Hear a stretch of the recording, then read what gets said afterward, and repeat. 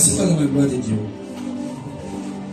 Nous avons parlé comme cela, mardi, on a parlé, amen, Matthieu verset 2, le même thème que nous avons traité le dimanche, amen, quand nous avons vu son étoile. Aujourd'hui, nous partons avec le même thème, mais avec un sous-thème à l'appui, amen. Le sous-thème est comment détruire l'esprit qui empêche qu'on puisse voir la gloire de ton étoile. Dis à ton frère comment détruire. Parle bien, comment détruire l'esprit qui empêche qu'on puisse voir la gloire de ton étoile. Comment dire, ton étoile peut briller, amen. C'est-à-dire, l'Éternel peut permettre que ta gloire brille comme l'étoile de Jésus a brillé dans le ciel. Amen. C'est-à-dire, il peut y avoir une bénédiction sur toi, une grâce sur toi, une bénédiction, une faveur sur ta vie. Une bénédiction sur ta vie, une grâce sur ta vie, quelque chose de bon, quelque chose de valeureux que Dieu a programmé, préparé. Amen. Tu commences à briller. Tu as jeûné, tu as prié et tu commences à voir cette chose-là venir. Ok? Amen. Tu as prié, tu as jeûné, tu as eu ton examen, tu as eu le concours, tu as eu ceci. Mais c'est difficile pour toi qu'on puisse te recruter. C'est difficile de trouver un emploi. Alléluia. Amen. Est-ce que quelqu'un m'entend bien? Amen. Ou est-ce que le thème là ne te plaît pas? Est-ce que tu aimes le thème? Amen. Si tu aimes ce thème, acclame Jésus.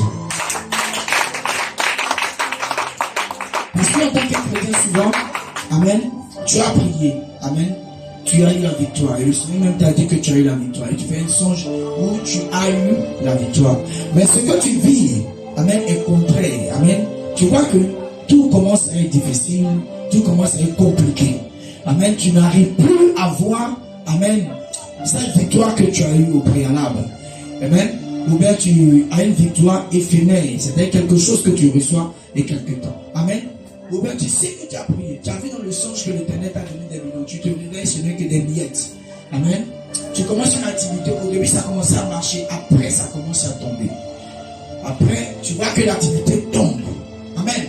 C'est pas que il y a un problème, mais il y a un esprit là, amen, qui t'empêche d'avancer. Qui t'empêche d'avancer. C'est pas que tu n'es pas enfant de Dieu, mais un esprit qui t'empêche d'avancer. Quand Jésus partait à l'autre bord, la Bible déclare que la mer s'est levée. Dans le monde spirituel, le monde des eaux s'est levé contre Jésus. Même si Jésus était attaqué par-ci, par-là, à l'autre bord, tu seras attaqué. Jésus a la puissance et la l'onction, la gloire, la faveur sur nous. Tu seras attaqué, tu seras combattu. Amen. Mais comment on fait pour gagner ce combat? Comment on fait pour avoir la victoire sur cet esprit? Alléluia. Amen. Donc, c'est ce que nous allons traiter en quelques minutes, amen, en 30 minutes. Donc, il faut que tu sois disposé, connecté sérieusement. Amen.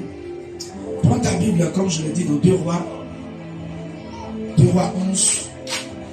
2 Rois 11. Amen. Fais monter le micro un peu. 2 Rois 11. C'est bon? 2 Rois 11. Amen. 2 Rois 11. Rapidement. Amen. Je lis la parole de Dieu. Lis la parole. Athalie. On se tient tout le monde, s'il vous plaît. On se tient. Tiens-toi debout. Oui. Athalie, mère d'Achassia, voyant que son fils était mort, se leva et fit périr toute la race royale. Mais Josheba, fille du roi Joram, sœur d'Achazia, prit Joas, fils d'Achazia, et l'enleva du milieu des fils du roi. Quand on le fit mourir, elle le mit avec sa nourrice dans la chambre de lit. Il fut ainsi dérobé au regard d'Athalie et ne fut point mis à mort. Il resta 6 ans caché avec Josheba dans la maison de l'Éternel. Et c'était Athalie qui régnait dans le pays. Amen. Verset 21.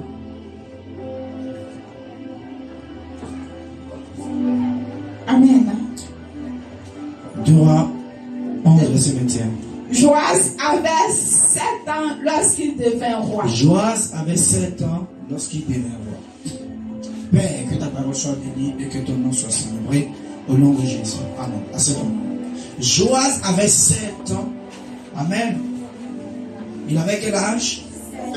7 ans lorsqu'il devient roi. Je vais dire ici à quelqu'un qu'il y a des bénédictions qui peuvent arriver dans ta vie. Ça ne dépend pas de ton grade.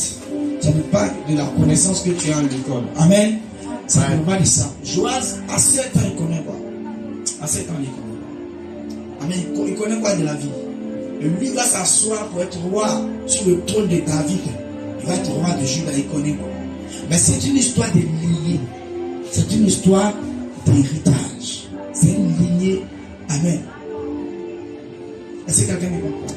Amen. Donc il y a des grâces qui sont sur toi. Ces grâces-là, ça doit se manifester dans ta vie parce que ces grâces se sont manifestées en Jésus. Amen. Tu n'as pas dit Amen. Amen. C'est comme guérir les malades, prier pour les malades, prier pour les gens, intercéder, combattre. Amen. C'est pas fait seulement pour les hommes de Dieu, toute l'église est dedans. Amen. Prier, tu dois être capable de prier, chasser les démons. Tu dois être capable d'être le pasteur de ta maison, le pasteur de ton quartier, le pasteur, le prophète de ton quartier, de ta commune, le prophète de ton secteur là où tu es. Tu n'as pas dit Amen. Là, tu n'as pas besoin de t'arrêter à l'école. Il faut que l'Esprit de Dieu descende sur toi. Parce que l'Esprit de Dieu est descendu sur David. Donc, c'est rentré dans sa ligne. Parce que David a reçu l'onction royale à partir de Samuel. Donc, cette onction a suivi sur tous les enfants, les petits et arrive avec petits enfants de David. Donc là, nous avons un enfant qui a 7 ans. Et la Bible déclare ici dans le verset 21. Amen. Joas, amen, avait 7 ans lorsqu'il devient roi. Alléluia. Amen. Quelle est la bénédiction que tu as ratée? Quelles sont les grâces que tu as ratées? Quelle est les faveurs que tu as ratées? Il y a certaines grâces que tu as ratées parce que tu ne sais pas encore le temps, c'est pas encore le moment, c'est pas encore l'instant, c'est pas le moment idéal. Mais je te dis quelque chose. Il y a des bénédictions qui n'ont pas besoin de ta connaissance ni de ton savoir. Parce que cette bénédiction coule dans ton sang. Ces bénédictions sont pour toi. Et quelles sont ces bénédictions? La Bible déclare que nous sommes bénis en Jésus-Christ. Ton amen n'est pas dit. J'ai l'impression que, amen, il y a des personnes qui ne sont pas d'accord avec le message. Est-ce que tu as avec moi? Amen. Alléluia. Amen. Donc, regarde, ici, là où nous sommes, amen, nous sommes dans une famille. Et la famille, c'est la famille de Dieu. Alléluia. Amen. Amen. Donc, il y a des choses de cette gloire-là, de cette famille-là qui doit être en toi.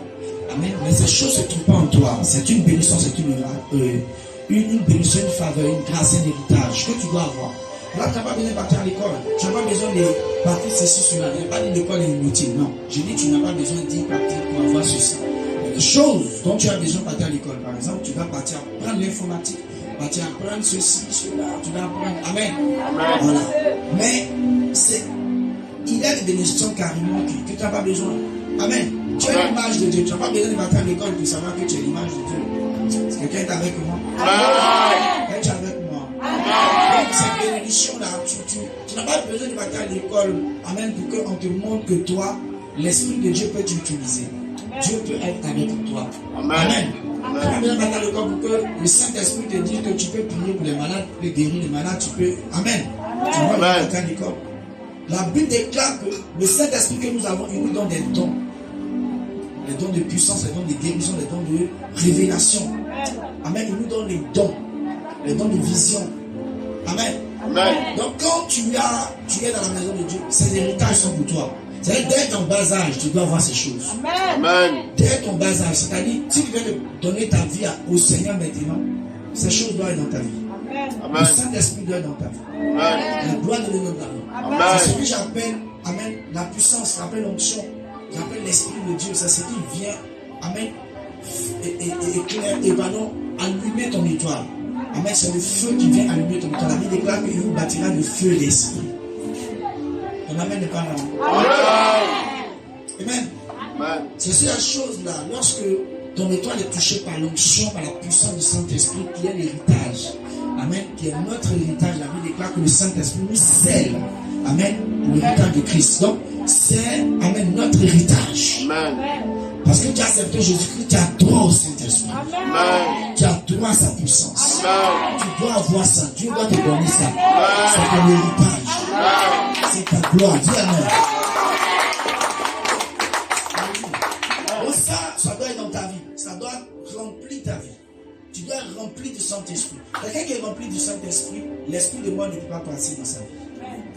Quelqu'un qui est rempli du Saint-Esprit, la maladie ne peut pas venir s'asseoir dans sa vie.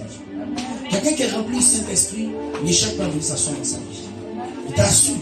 Jésus a eu faim. Mais quand les disciples ont envoyé de la nourriture, il dit non, il ne mange pas parce qu'il va manger une nourriture qui est excellente que la nourriture qu'ils ont envoyée. Donc quand tu as le Saint-Esprit même te nourrit. Élie est en train de marcher dans le désert tout seul. Les anges sont venus préparer la nourriture pour lui. Quand est-ce qu'on fait la cuisine? Quand est-ce qu'on peut parler? Quand tu as le Saint-Esprit, les anges sont avec toi. Amen. Les anges de Dieu te servent. Même s'il n'y a pas de situation, Dieu crée une situation pour toi. Amen. Dans tous les cas, il a toujours quelque chose que Dieu fait. Amen. Dans tous les cas, il y a une possibilité que Dieu amène. Amen. Dans toutes les situations, même quand la situation est bloquée, bizarre, dans cette situation, Dieu ouvre une porte. Il ouvre une opportunité. Tu ne sais même pas où là, tu vas te voir entre les quatre minutes, tu regardes comme ça. Mais tu as oublié de regarder en haut. Tu as oublié de regarder en haut parce qu'il n'y a pas de toiture. Dieu a ouvert les cieux pour toi, mais tu sais pas. Arrête de regarder à gauche, à droite. Regarde comme cela, il va toujours te parler. Amen. Amen. Donc quand tu as la présence de Dieu à toi, quand tu as le Saint-Esprit dans ta vie, c'est ça ton héritage. Amen. Et le Saint-Esprit, il a dit quoi? Donc, quand nous prenons acte 2, il dit vous recevez une puissance. Le Saint-Esprit survenant sur nous. Acte 1, pardon, vous recevez une puissance. Le Saint-Esprit survenant sur nous, c'est le témoin. Ils sont partis pour aller dans acte 2. La Bible dit qu'ils ont reçu le feu du Saint-Esprit. Dis Amen. Et quand ils ont reçu le baptême du feu du Saint-Esprit, Amen, les gens ont dit mais ceux-là, pourquoi ils parlent en homme? Ils sont ivres. C'est quoi? Il dit non. Pierre se lève, il dit non.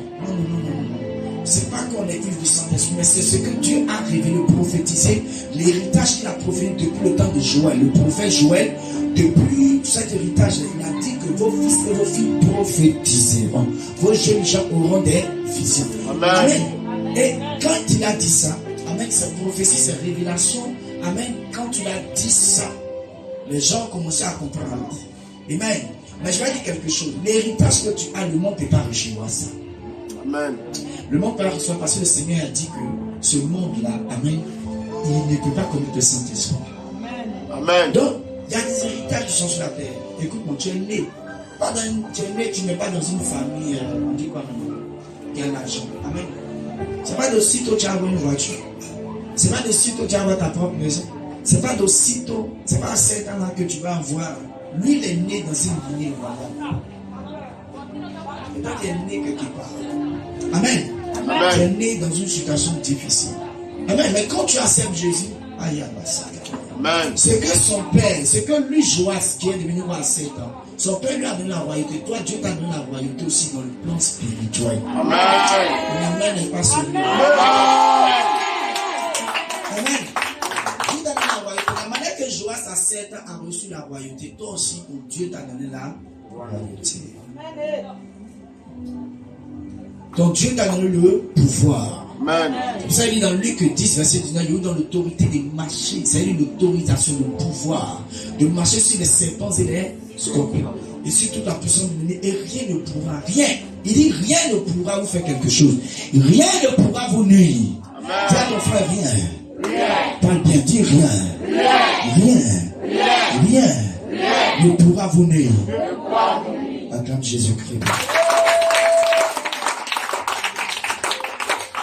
Amen. Donc l'héritage que David a laissé, David laisse l'héritage là. Amen. David laisse un héritage à ses enfants, la royauté qui est le trône. Donc Joas qui a 7 ans, Amen, il vient, il a 7 ans, il prend ça. Mais qu'est-ce qui va se passer? Qu'est-ce qui va se passer? Joas a 7 ans. Relis-moi le texte, ma fille. 2 Rois 11.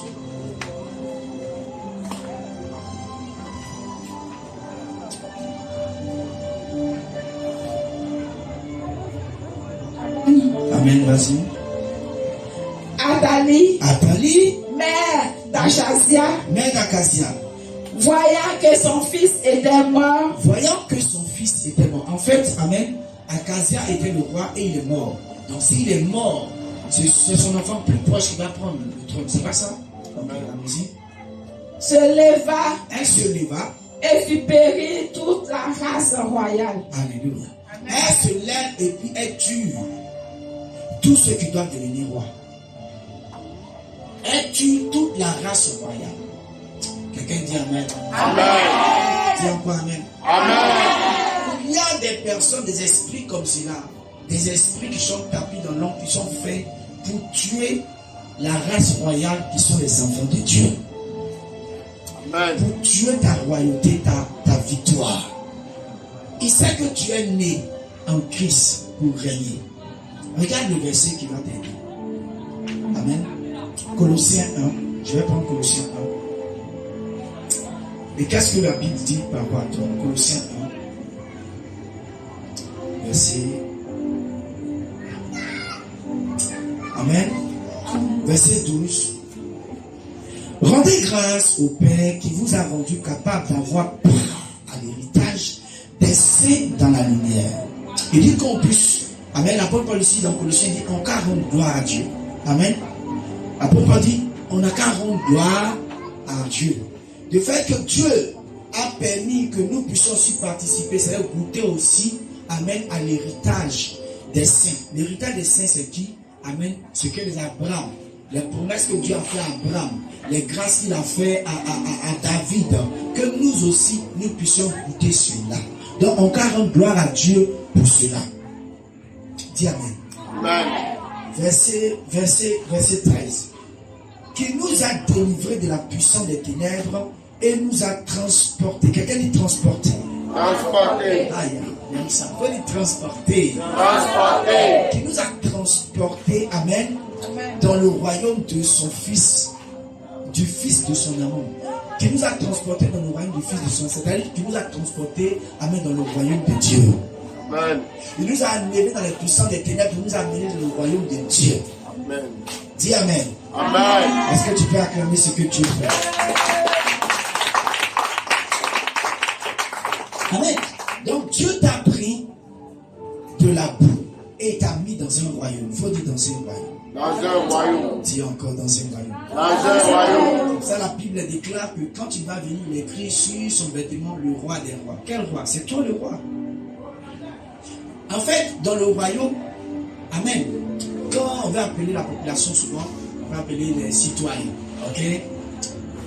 Des citoyens, bien quoi, il y a d'autres noms. Amen. Mais chez Dieu, il ne nous appelle pas comme cela. Il dit nous sommes des rois. Et lui, il est le roi des rois. Il est notre roi. Et nous sommes des rois. C'est quelqu'un. C'est pour ça qu'il a dit à ses disciples, là où je serai, vous serez. Là où Jésus sera, tu vas y être. Là où Jésus sera, tu seras aussi. Est-ce que quelqu'un me comprend? Ça veut dire que Dieu, Amen, va partager sa gloire avec toi. C'est pour ça qu'il dit, vous êtes co-héritiers, héritiers. C'est-à-dire, vous êtes co-héritiers en Christ. Vous êtes l'héritage de Jésus là. C'est aussi vous. Amen. C'est quelqu'un me comprend. Amen. La puissance qui a fait Jésus fort, la puissance qui a ressuscité Jésus, la puissance qui a apporté la victoire dans la vie de Jésus, cette puissance aussi est pour toi. Amen. Elle est en toi. Amen. Acclame Jésus. Amen. Donc comme cela, Dieu nous a transportés dans son royaume. C'est la même chose que dans le monde spirituel. Amen. Nous sommes dans le royaume de Dieu. Bien aimé, tu fais partie du royaume de Dieu. Quand tu as accepté Jésus comme Seigneur et Sauveur, tu fais partie de son royaume. C'est pour ça que tu ressens la présence de Dieu. C'est pour ça que quand tu fais quelque chose, le Saint-Esprit n'est pas content. C'est pour ça que le Saint-Esprit t'avertit. Mais ceux qui sont dans le monde, ils n'ont pas l'esprit du royaume de Dieu. Eux, ils font ce qu'ils veulent, calmer les insultes, ils font ce qu'ils veulent. Mais ils ne sont même pas, c'est-à-dire ça ne leur dit rien. Ils vont de homme en homme, de femme en femme. Ça leur dit rien. Mais toi, quand tu te mets dans ces choses, tu sens que le Saint-Esprit n'est pas d'accord. Tu sens que ta vie est en train de crever.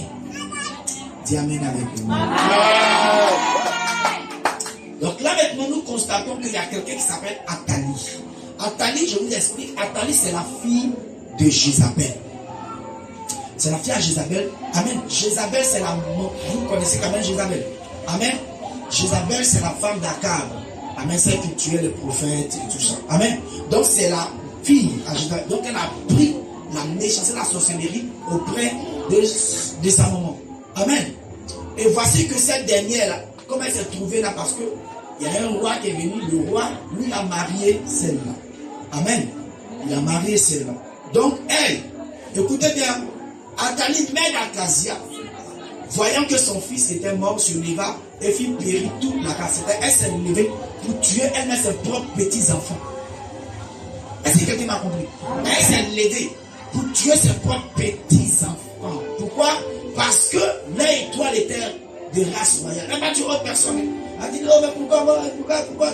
C'est parce qu'il y a la royauté de Christ en toi que le diable te persécute. Mais celui qui te persécute sera foudroyé ce soir. Amen. C'est parce qu'il y a la royauté de Dieu en toi que le diable te combat. C'est pour ça que le Seigneur m'a dit, viens les dis-leur. Amen. Amen. Il faut qu'ils comprennent comment faire pour faire tel ennemi qui veut que ta gloire sèche, qui fait tel ennemi qui empêche ton étoile de prier. Alléluia. Amen. Et comme cela, elle va se lever, elle commence à tuer. Elle tue. Commence à tuer. Elle a tué jusqu'à, ma fille, c'est toi. Elle a tué jusqu'à où elle devait arriver sur Joas. Amen. La grande sœur de Joas a pris l'enfant pour donner ça à la nounou de Joas. Et la nounou est partie se cacher dans le temple de Dieu. Parce que dans le temple de Dieu, personne, elle ne peut pas rentrer là-bas. Voilà. Donc ils sont partis attachés là-bas avec, amen, avec aussi le sacrificateur, le grand suprême sacrificateur qui était dans ce temps, qui était d'accord aussi à ce qu'on puisse protéger le roi. Parce qu'en ce temps, c'est lui qui était le roi. Même si c'était lui le roi. Ils ont tué tous ses frères, c'est lui ceux qui restaient. Ils ont tué celui qui était directement lié à ça. Donc ils ont vu les gloires, ils ont tué. C'est ça. Il y a des gens dans votre famille qui sont morts parce qu'ils n'ont pas accompli les grâces. Ils étaient dans le Seigneur, ils sont morts. Mais dans le toile, écoute-moi bien. Nous allons parler de ça le dimanche, le jour de la Pâque. Le toile que tu as, le toile de ta destinée, amen, et le toile que les gens dans le monde, c'est pas la même chose. La même chose. Le toile, l'héritage de ton père ou de ta mère, et l'héritage que Christ te donne, c'est pas la même chose. Christ te donne un héritage éternel, de vie éternelle. Quand il dit vie éternelle, il n'y a pas la mort, il n'y a pas la maladie dedans. Mais dans l'héritage de ton père, il y a l'adoration des hommes, il y a la mort dedans. Le diable a corrompu cela. Amen. Amen. Donc, comprends ici que ce soir, Dieu veut te faire comprendre quelque chose. Il y a quelqu'un qui s'appelle Athalie, un esprit qui s'appelle Athalie, qui s'attaque aux enfants de Dieu, mais pas n'importe. Ceux dont leur étoile commence déjà à briller. Ceux qui font tout pour prier, pour jeûner, elle vient maintenant pour le détruire. Tu as envie de témoigner après, tu vois que ça devient dur. Fin de jeûner, c'est là maintenant, mais tu vois que l'esprit de colère prend place. Tu vois que la folie commence à te combattre. Tu vois que les maladies, tu ne comprends pas. Comment on fait pour briser cet esprit d'Athalie? Et comment elle est morte? Elle est morte par l'investigation du roi, du sacrificateur. Un enfant avait 7 ans, donc il s'en allait. Mais le sacrificateur, le grand sacrificateur en ce lieu-là, c'est lui qui a recueilli l'enfant, gardé l'enfant, protégé l'enfant. Amen. Afin que l'enfant ne puisse pas mourir. Amen. Amen. Ce sacrificateur-là s'appelait Jéhoiada. Amen. Jéhoiada. Amen. Amen. Donc ce dernier-là, c'est lui qui a recueilli l'enfant. Et l'enfant était dans le temple de Dieu pendant 6 ans. Pendant 6 ans, il était dans le temple de Dieu. Il était caché là-bas pendant 6 ans. Amen. Amen. Qu'est-ce que nous retenons? Pour pouvoir vaincre cet esprit-là qui détruit, qui empêche ton étoile de briller, bien aimé, il faut que tu sois sous une couverture spirituelle. Amen. Tu dois être sous une couverture spirituelle. Amen. Tu dois être sous une couverture spirituelle. Amen. Parce que seul tu ne peux pas. Tu dois être sous une couverture spirituelle. Quand Jésus partait, il a laissé une couverture à l'église. C'était l'apôtre Pierre. C'est Pierre qui couvrait l'église. C'est pour ça, lorsque la femme est morte, Tabitha Dorcas est morte, ils sont partis appeler Pierre. C'est lui qui était la couverture. Jacques, ils ont mis Jacques en prison. Jacques est mort. Mais quand ils ont mis Pierre, toute l'église a commencé à prier. Parce que sur lui, il était atteint. C'était dispersé. Amen. C'est pour ça que quand tout le monde est sorti de Jérusalem, amen, Pierre et les autres apôtres sont restés. Parce qu'ils étaient la couverture. Et c'est pour ça que la Bible déclare que, amen, ces gens-là qui sont Pierre, amen, les gens le regardaient avec crainte parce qu'ils étaient une couverture. Amen, c'est eux qui étaient convoqués et allaient les demander à Pierre et Jean, mais comment vous avez fait que celui-là est guéri? Dans Jean 3 et Acte 3. Amen. Comment vous avez fait que celui-là est guéri? Et puis ils vont dire, c'est au nom de Jésus que, amen, que vous avez crucifié, que vous ne croyez pas à l'ascension. Non. Alléluia. Pour vous dire quoi? La couverture spirituelle est importante. C'est quelque chose qui tient de Dieu. Quand on parle de couverture spirituelle, amen, regarde, il s'est mis où? Ils l'ont mis dans le temple de Dieu et qui l'a protégé, c'était le sacrificateur. Celui qui touche l'enfant a touché le sacrificateur. Parce que le sacrificateur en ce temps, amen, était le gardien du temple. Et il était en même temps le gardien d'Israël, de Jérusalem. Amen. En même temps, il jouait le rôle de prophète. Il était à la tête. Et c'est lui qui couvrait sur le domaine spirituel. Amen. Amen. Et quand c'est comme cela, bien aimé, tu dois sur une couverture. Qu'est-ce que ça veut dire? Il faut que, amen, ton père spirituel te couvre. Amen. Il faut que tu sois sous la couverture de ton père spirituel. Ce n'est pas une adoration, c'est une loi spirituelle. C'est une loi spirituelle. Jésus s'est abaissé, amen, pour que Jean-Baptiste le baptise, pas pour qu'il adorait Jean-Baptiste. Jean-Baptiste a dit, moi je suis pas digne que tu me baptises et je te baptise. Il dit, faisons ce qui est juste. Amen. Tu dois être une couverture spirituelle. Parce que celui que Dieu met devant toi, il est là pour te couvrir. C'est son rôle. Il est là pour te couvrir. Il est là pour t'aider à émerger. C'est comme une plante que tu as plantée, tu as mis la graine là. Amen. Il faut que la graine pousse. Amen. Pour que la graine puisse pousser. Amen. Amen. Alléluia. Il faut que tu couvres la graine. Le soleil. Donc celui qui est le planteur là, c'est lui. Amen. Qui est celui qui couvre. Nous faisons office de couverture. Mais celui qui couvre réellement, c'est le Saint-Esprit. C'est Jésus-Christ. Mais il nous donne l'office, c'est-à-dire le ministère d'exercer, amen, cela. Ensuite, tu regardes ton père spirituel de manière banale. Tu vas voir que, amen, cet esprit-là, tu auras des grâces sur ta vie. Parce que la couverture, ce n'est pas le fait que le père spirituel va prendre sur la vie, sur ta tête. Non. Mais ce qu'il te dira, c'est qu'il te dira de faire. Les actions prophétiques, la prière, le combat, la vie de sanctification qu'il te donnera, c'est la couverture dont il te donne. C'est pour ça dans Genèse, amen, dans Genèse, même quand l'homme a péché, dans Genèse 3, quand l'homme a péché, qu'est-ce que Dieu a fait? Amen. Dieu a pris, amen, la peau d'un animal, amen, et il a couvert, amen, Adam et Ève. Il a couvert Adam et Ève avec. Et ils sont partis. Pourquoi Dieu, il a créé nous, ils étaient nus, mais cette fois-ci, il le couvre. Parce que là, ils vont sortir du jardin. Il fait froid là-bas. Il y a des esprits là-bas. Il y a des puissances là-bas.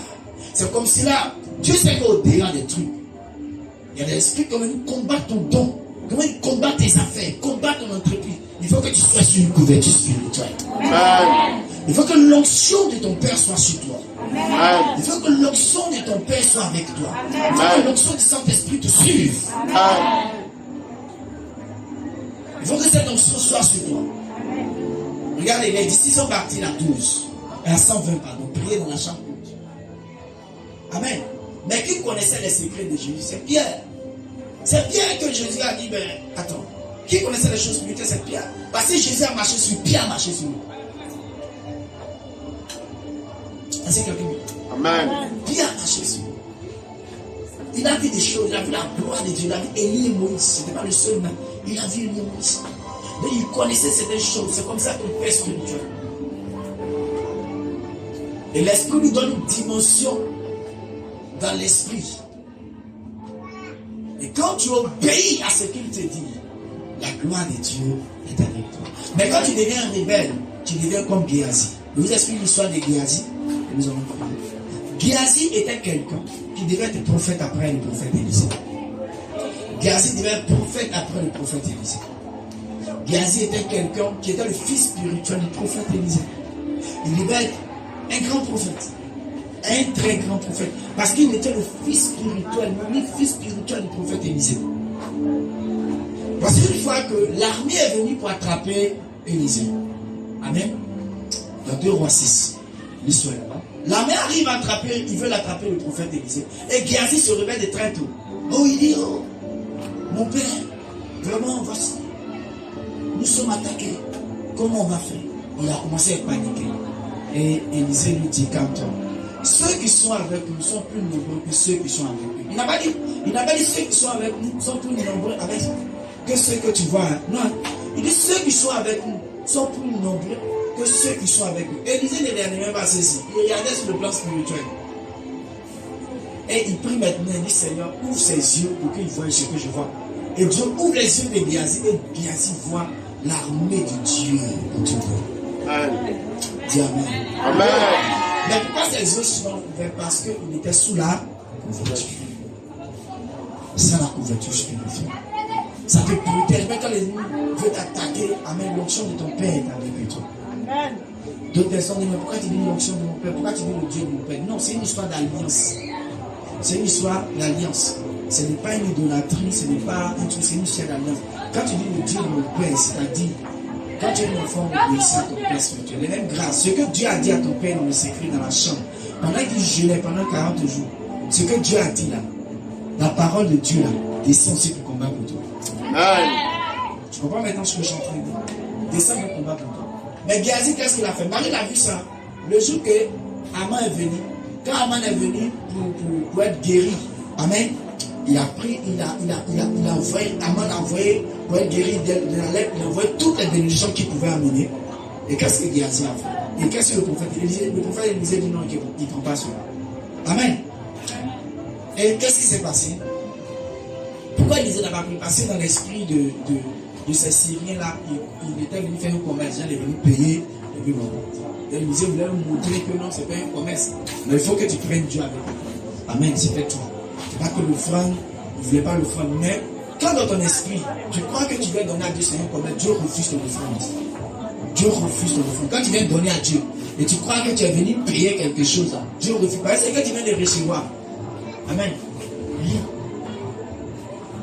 Amen. Je me rappelle, tout à l'heure, maman venait, j'étais en train de... Je pensais, puis je venais, et voilà mes chanteurs. La dame, elle est venue ici, et puis j'ai dit que Dieu parle de toi. Dieu veut voir ton mari, là. Et puis son mari est venu, son mari était guéri. C'est pas ça? Son mari au quartier, non? Ok. Son mari était guéri. Mais elle est venue remercier le Seigneur. Est-ce qu'elle est venue même mettre son pied? Elle dit non, je viens rendre grâce à Dieu parce que Dieu a guéri mon mari. Est-ce qu'elle est venue rendre témoignage? Non. Est-ce qu'elle est venue dire à Dieu? Est-ce qu'elle est venue saluer papa vraiment que ton Dieu soit béni? Que ton Dieu soit aidé? Tu sais ce qu'elle a fait? Elle s'est venue dans sa chambre sans doute et puis se mettre en genoux et puis dire merci à Dieu. Et c'est ce que beaucoup d'hommes sont. Peut-être qu'elle est partie dans son église. Elle rend témoignage. Oh, vraiment, je rends gloire à Dieu. Parce que mon mari était malade, elle était guérie.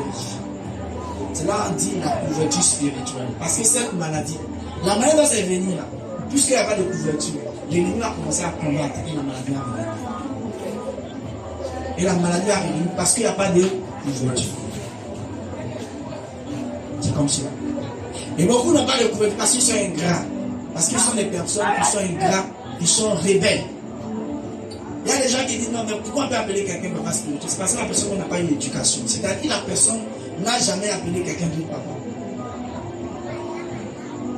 C'est vrai, la personne là, cette personne-ci là, c'est une personne orgueilleuse. C'est l'orgueil, c'est tout. Sinon, quand tu m'appelles papa, tu sais que tu m'appelles papa pour quelle raison? C'est pas à cause de l'âge, mais c'est à cause de l'âge spirituel.